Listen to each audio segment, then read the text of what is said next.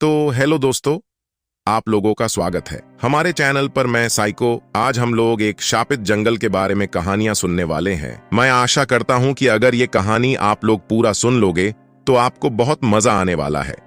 आपको पहली बार डर का एहसास होने वाला है तो अपने ईयरफोन को कानों में लगा के अपने मोबाइल को साइड में रख दे और अपने आंखों को बंद कर ले। तो चलिए सुनते हैं। मध्य भारत के एक छोटे से गांव के पास एक घना जंगल था जिसे लोग शापित जंगल कहते थे। यह जंगल सदियों से अजीब घटनाओं और रहस्यमयी कहानियों के लिए कुख्यात था।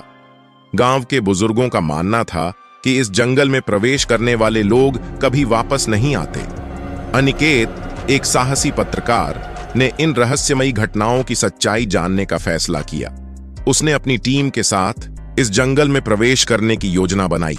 उसकी टीम में उसकी दोस्त और फोटोग्राफर सुमी, वीडियोग्राफर राजू और शोधकर्ता रितेश शामिल थे।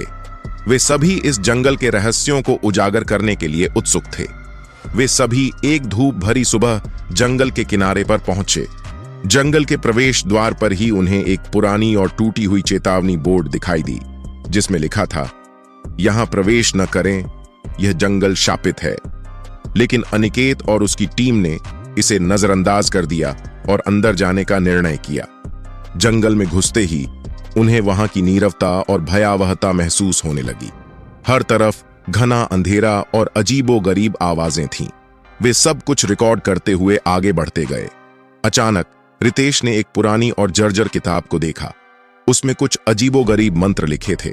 रितेश ने उसे उठाया और पढ़ने लगा। जैसे ही रितेश ने किताब पढ़नी शुरू की, अजीब घटनाएं होने लगीं। सुमी को महसूस हुआ कि कोई उसे पीछे से देख रहा है। उसने मुड़कर देखा, लेकिन वहां कोई नहीं था। राजू ने अपनी वीडियो कैमरा से रिकॉर्ड करना जारी रखा, लेकिन कैमरे में अजीबोगरीब छायाएं नजर आने लगीं। अनिकेत ने अपनी टीम को शांत रहने और आगे बढ़ने का निर्देश दिया। आगे बढ़ते हुए वे एक पुराने और खंडहर मंदिर तक पहुंचे। मंदिर के चारों ओर टूटी फूटी मूर्तियां और जली हुई चिताएं थीं। मंदिर के अंदर प्रवेश करते ही उन्हें एक भयावह मूर्ति दिखाई दी। मूर्ति के चेहरे पर क्रोध और दर्द के भाव थे। अनिकेत ने इस मंदिर का वीडियो रिकॉर्ड करना शुरू किया। जैसे ही अनिकेत ने मूर्ति का वीडियो बनाना शुरू किया, एक तेज चीख सुनाई दी। सबने देखा कि मूर्ति के आंखों से खून की बूंदें गिरने लगीं। रितेश ने अपनी किताब को फिर से देखा और उसमें लिखा मंत्र जोर जोर से पढ़ना शुरू किया। अचानक एक प्रचंड हवा का झोंका आया और मंदिर की सारी दिए बुझ गए। मंदिर में अंधेरा हो गया और चारों ओर से भयानक आत्माएं प्रकट होने लगीं। वे आत्माएं पुराने कपड़ों में लिपटी हुई थीं और उनके चेहरे पर डरावनी चमक थी।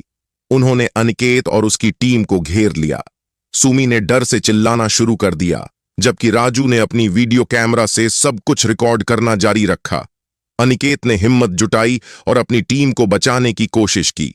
उसने रितेश को मंत्र पढ़ने से रोकने की कोशिश की, लेकिन रितेश मानने को तैयार नहीं था। उसने कहा कि यह मंत्र ही इन आत्माओं को वापस भेज सकता है। अनिकेत ने रितेश को समझाया कि अगर वह मंत्र पढ़ना जारी रखेगा तो वे सभी मारे जाएंगे। अचानक एक आत्मा ने अनिकेत को पकड़ लिया और हवा में उठा लिया। उसने अनिकेत से कहा, तुम्हारी तरह कई लोग इस जंगल में आए और अपने लालच के कारण मारे गए। यह जंगल शापित है क्योंकि यहां के पुराने राजा ने हमें धोखा दिया था। हमें तभी मुक्ति मिल सकती है जब कोई सच्चे दिल से हमारी मदद करेगा। अनिकेत ने आत्माओं से कहा कि वह उनकी मदद करेगा। उसने रितेश से किताब को बंद करने और आत्माओं से क्षमा मांगने को कहा। रितेश ने किताब को बंद कर दिया और आत्माओं से माफी मांगी। आत्माओं ने धीरे धीरे अपना प्रकोप शांत किया और उन्हें जंगल से बाहर जाने का मार्ग दिखाया। अनिकेत और उसकी टीम ने जंगल से बाहर निकलकर गांव के लोगों को इस घटना के बारे में बताया। उन्होंने सबको चेतावनी दी कि इस जंगल में किसी भी प्रकार का लालच न करें और आत्माओं की शांति के लिए प्रार्थना करें। उस दिन के बाद किसी ने भी उस जंगल में प्रवेश नहीं किया और आत्माओं को शांति मिली। इस तरह अनिकेत और उसकी टीम ने उस शापित जंगल का रहस्य उजागर किया और आत्माओं को मुक्ति दिलाई। यह कहानी यह संदेश देती है कि लालच और भय के आगे सच्चे दिल और हिम्मत से ही विजय प्राप्त की जा सकती है।